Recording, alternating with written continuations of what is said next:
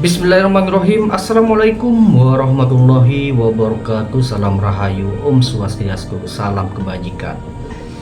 Selamat malam pemirsa, terima kasih sudah menyempatkan diri berkumpul di dalam satu wadah, yaitu channel Jawa Buana.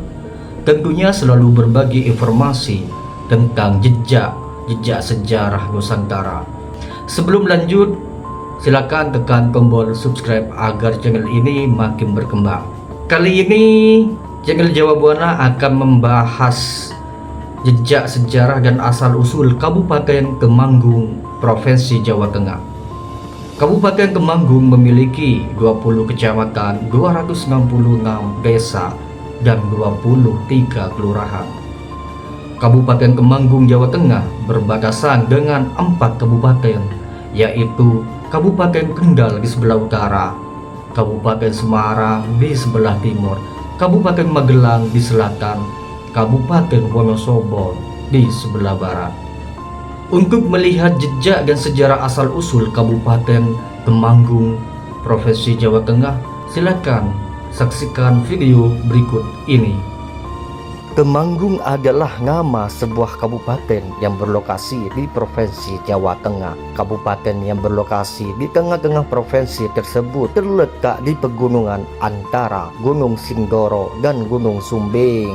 Sebagai salah satu kabupaten di Jawa Tengah, Temanggung juga memiliki sejarah yang panjang. Sejarah Temanggung mulai tercatat sejak masa Hindu di Jawa melalui Prasasti Wanua Tengah 3 tahun 908 Masehi yang ditemukan penduduk dusun Dunglo, Desa Gandulan, Kecamatan Kaloran pada bulan November tahun 1983. Prasasti itu menggambarkan bahwa Temanggung semula berupa wilayah Kedemangan. Sejarah Temanggung juga memiliki hubungan dengan Kerajaan Mataram kuno. Pada abad ke-8, Kerajaan Mataram kuno terbagi menjadi 2 kekuasaan, yaitu dinasti Sailendra dan dinasti Sanjaya. Rakai pikatan dari dinasti Sanjaya yang saat itu memimpin Mataram kuno berkeinginan menguasai seluruh wilayah Jawa Tengah. Rakai pikatan kemudian menikah dengan putri dari dinasti Sailendra, yaitu Dyah Pramodawardhani, untuk mendapatkan pengaruh dari dinasti Sailendra. Rakai pikatan menghimpun bala tentara untuk menyerang kerajaan Sailendra. Dalam penyerangan ini, Rakai pikatan dibantu Kayuwangi dan menyerahkan sebidang wilayah kerajaan kepada orang kepercayaan yang berpangkat Demang. Dari nama Demang dan wilayah Kedemangan kemudian muncul nama Temanggung yang artinya berubah menjadi nama Temanggung. Sebelum Kabupaten Temanggung resmi berdiri, pemerintah Hindia Belanda membentuk Kabupaten Menoreh sebagai bagian dari Kepresidenan Kedung dengan bupati pertama yaitu Raden Tumenggung Arya Joyonegoro yang berkedudukan di Parakan berdasarkan surat keputusan Komisaris Jenderal Hindia Belanda nomor 11 tanggal 7 April tahun 1826. Setelah perang di Penogoro, yaitu terjadi pada tahun 1825 sampai tahun 1830, Raden Tumenggung Arya Joyonegoro memindahkan ibu kota ke Kabupaten Temanggung. Hal ini disebabkan oleh 2 hal, yakni yang pertama, sesuai pandangan masyarakat Jawa ketika itu, ibu kota yang pernah diserang dan diduduki musuh dianggap telah ternoda dan perlu ditinggalkan, sehingga perlu mendirikan ibu kota baru. 2. Kabupaten Menoreh sudah tidak relevan karena kabupaten tersebut sudah bergabung dengan Kabupaten Magelang. Maka pemerintah Hindia Belanda di Batavia menyetujui Kabupaten Menoreh berubah menjadi Kabupaten Temanggung. Persetujuan ini dituangkan dalam resolusi pemerintah Hindia Belanda nomor 4 tanggal 10 November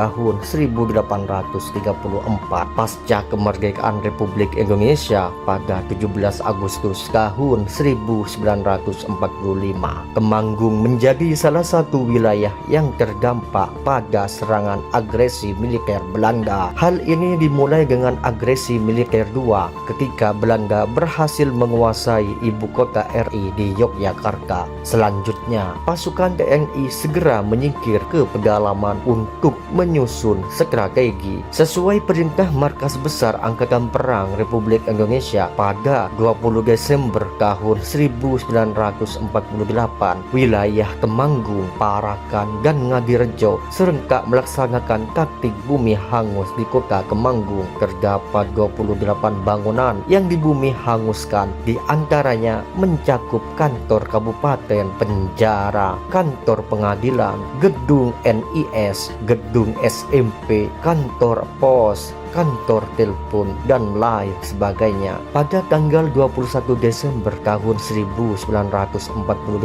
pasukan Belanda melancarkan serangan besar-besaran terhadap kota Temanggung. Sehari kemudian, pada tanggal 22 Desember tahun 1948, pukul 10 waktu Indonesia Barat, pasukan Belanda berhasil masuk ke kota Temanggung yang hanya tinggal reruntuhan. Setelah berhasil membumi hanguskan kota Temanggung, pasukan TNI dan pejuang segera melakukan konsolidasi. Konsolidasi ini diwujudkan dengan membagi wilayah, membentuk pasukan, melakukan serangan mendadak, penghadangan patroli Belanda, sabotase, dan melakukan pengacauan di daerah yang diduduki oleh Belanda. Saat itu Temanggung masuk daerah STC 2 yang berada di bawah pimpinan Letnan Kolonel Sarbini. Pertempuran di Temanggung terjadi sepanjang bulan Februari, Maret, dan April tahun 1949.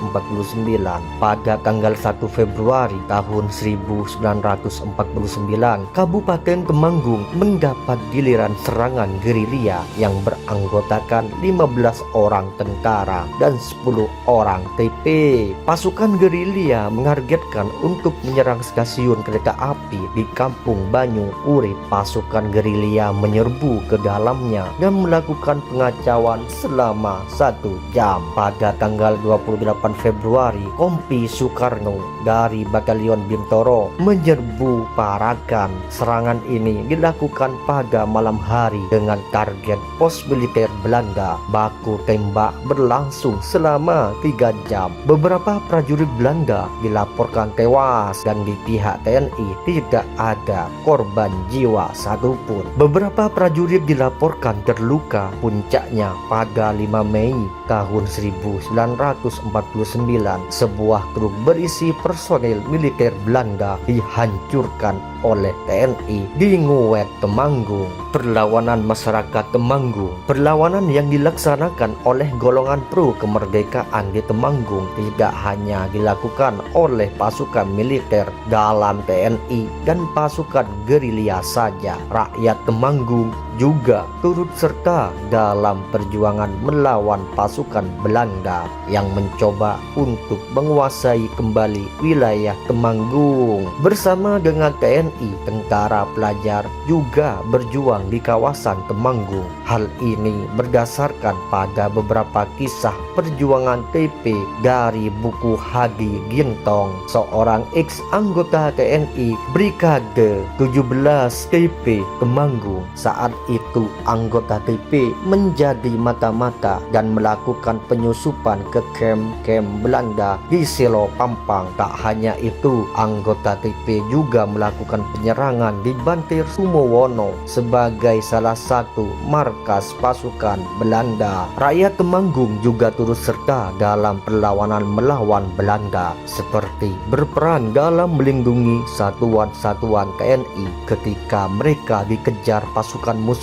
Salah satu contohnya ketika melindungi istri dan ketiga anak Jenderal Ahmad Yani. Penduduk Temanggung dengan sukarela juga membantu pihak tentara dengan menyediakan dapur umum dan tempat menginap. Konferensi Meja Bundar atau disingkat KMB merupakan perundingan terakhir perjuangan bangsa Indonesia dengan pihak Belanda yang berlangsung pada 23 Agustus sampai 2 November tahun 1949. Perundingan ini menghasilkan penyerahan kedaulatan Belanda kepada Indonesia. Berdasarkan wawancara dengan Letda Infantri Pur Munjiat mengenai keadaan Temanggung selama berlangsungnya perundingan antara pihak RI dan Belanda, yaitu pada tanggal 1 September tahun 1949, semua pasukan pejuang yang sebelumnya bermarkas di daerah pegunungan turun dan berkumpul di daerah Kedu yang saat ini menjadi pusat kota Temanggung. Perjanjian KMB yang menghasilkan penyerahan kedaulatan kepada pihak Indonesia itu ditandatangani pada 2 November tahun 1949. Pada tanggal 10 November tahun 1949, Belanda meninggalkan kota Temanggung dengan tenang dan tanpa ada aksi tembak-menembak. Setelah Belanda meninggalkan Temanggung, pasukan TNI TP Bupati Sumarsono kembali ke kota Temanggung. Sejak saat itulah Temanggung berada dalam kondisi aman di bawah naungan Indonesia Merdeka.